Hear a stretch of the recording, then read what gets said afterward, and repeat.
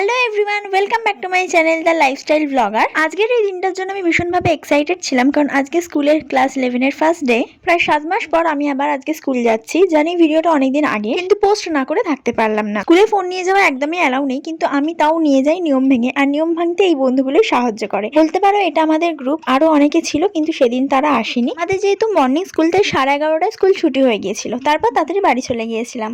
সেদিনকেই ছিল ইপসার বার্থডে, তাই আমি যাচ্ছিলাম ওকে সারপ্রাইজ দিতে এই সুন্দর জামাটা পরে, যেটা আমাকে খুব সুন্দর লাগছিল। লোকের কথা তো জানি না, আমার নিজেকে খুব ভালো লাগছিল। এমনি তো আমি লোকের কথায় অত কান দিই না, কে কি বললো না বললো আমার কোনো যায় আসে না। যাই হোক, তারপর একটু রিলস করছিলাম। রিলস দেখতে হলে ওপরে দেওয়া আইডিতে গিয়ে ফলো করে দাও।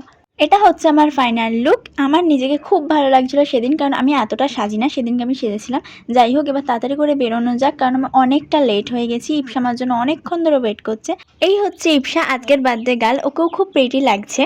ওর বাড়িতে বেশি দেরি না করে চলে গিয়েছিলাম গাড়ি নিয়ে রামকৃষ্ণপুর ঘাটে। ওখানেই সেলিব্রেশনটা করব ভেবেছি, কিন্তু এই সেলিব্রেশনের কথা ও কিছুই জানতো না। পুরোটাই ওর থেকে লুকিয়ে করা হয়েছিল, ওকে সারপ্রাইজ দেওয়ার জন্য।